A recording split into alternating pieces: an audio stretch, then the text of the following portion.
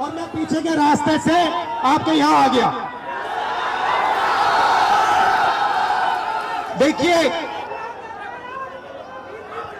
दलित, पिछड़ा वर्ग, अति पिछड़ा वर्ग, आदिवासी वर्ग, आपके खिलाफ इस देश में 24 घंटा अत्याचार होता है।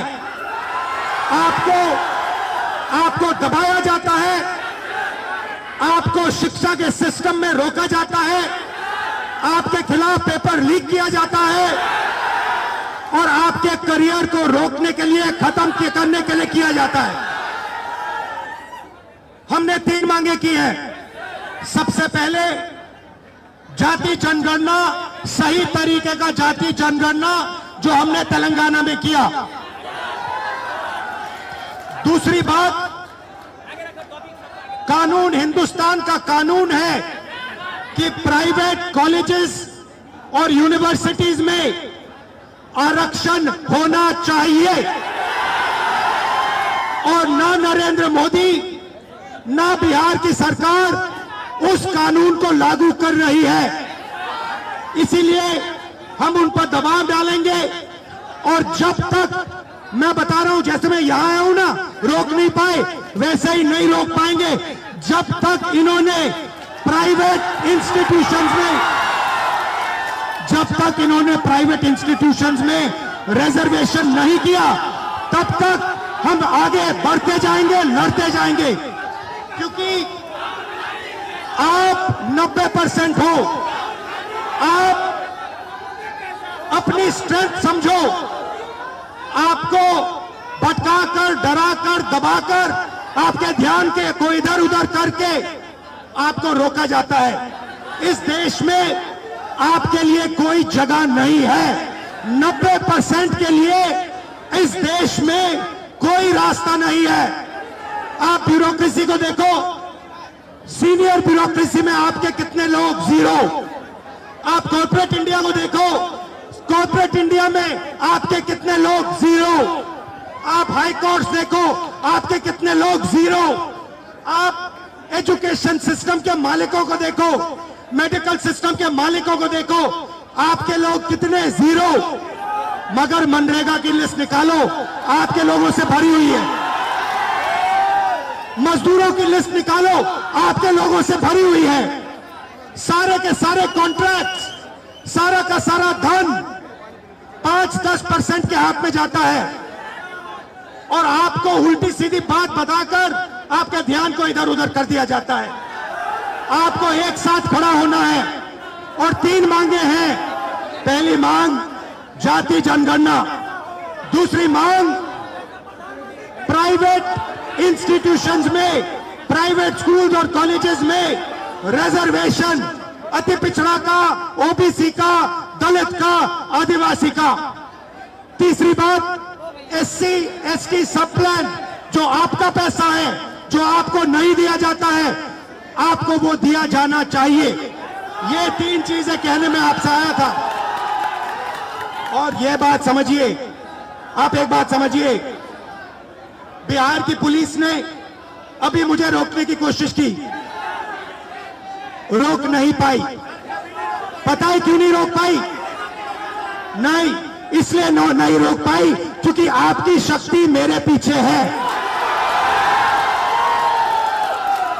आपकी शक्ति मेरे पीछे है, इसीलिए कोई, दुनिया की कोई शक्ति उसको रोक नहीं सकती है।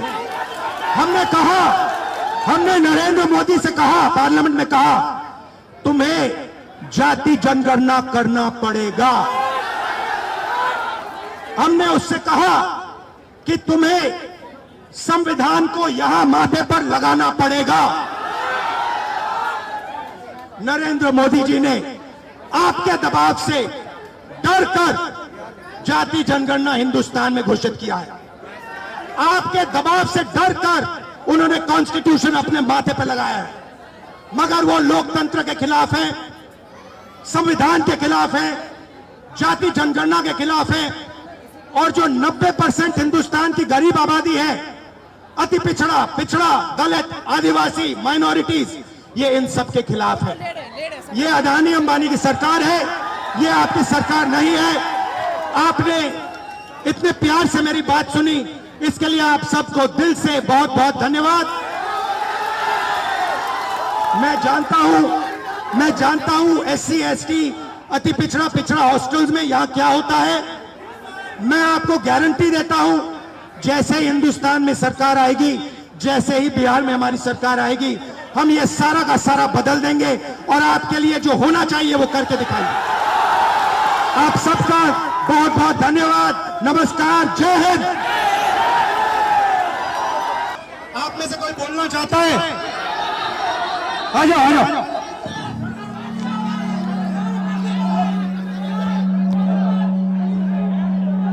आपका नाम? प्रदीप सर, प्रदीप।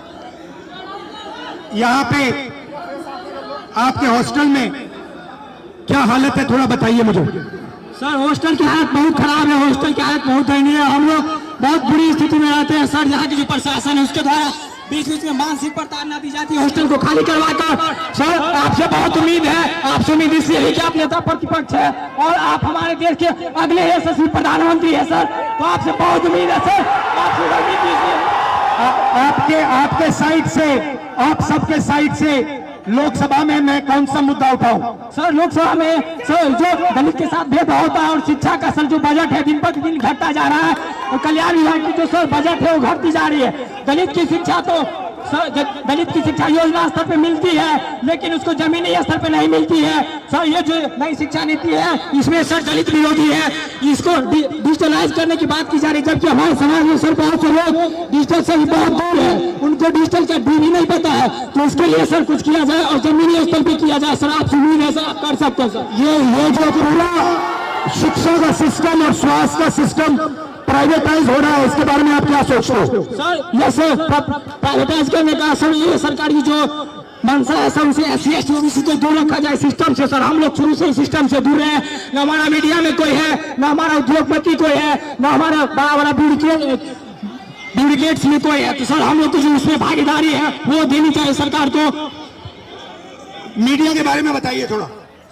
सर जो मीडिया गोदी मीडिया है, गोदी मीडिया सर हम लोग को दिखाती नहीं है, हमारा लोग मेन स्ट्रीम मीडिया में है नहीं, तो हम लोग चाहते हैं कि हम लोग का मीडिया प्रतिनिधित्व हो। और सर दरभंगा में जर्नलिज्म के लिए कॉलेज हो, जर्नलिज्म के लिए कॉलेज नहीं है, हम लोग जर्नलिज्म करना भी चाहते हैं तो वो प्लेटफॉर्म नहीं मिलती है सर। इसकी हायर एजुकेशन फीस इतनी होती है कि हमारे फीस पे नहीं कर पाते हैं, इसलिए हम लोग कोर्स नहीं कर पाते हैं सर। यूनिवर्सिटी में जो है कोर्स समय पर नहीं होता है, यूनिवर्सिटी में जो है सर बहुत फीस। आप क्या पढ़ते हो? सर मैं DLED कर रहा हूँ सर, सेकेंड ईयर में वाइट माधोपट्टी का होना से। कैसा चल रहा है? सर DLED तो ठीक चल रहा है लेकिन सर आगामी TRE4 है जिसमें 23-25 वालों को मौका मिले, इसके लिए भी हम लोग प्रोटेस्ट किए हैं सर, कर रहे हैं सर। और माता पिता क्या करते हैं, भाई बहन कितने हैं? सर मेरे माता पिता सर, मम्मी तो गृहिणी है, पापा एक मामूली ड्राइवर है सर। पापा जो है 300-400 दिहाड़ी पे काम करते हैं सर। हम लोग बहुत गरीब तबके से आते हैं, अगर ये हॉस्टल नहीं होती तो हम लोग को एक ऐसा प्लेटफॉर्म नहीं मिलता, हम लोग नहीं पढ़ते, इसलिए ये हॉस्टल है। और सर एक और मांग आपसे हम लोग करना चाहेंगे कि सर ये हॉस्टल है, हम लोग यहाँ मैट्रिक इंटर ग्रेजुएशन कर लेते, क्या मैट्रिक इंटर ग्रेजुएशन के लिए हम लोग को नौकरी मिलेगी?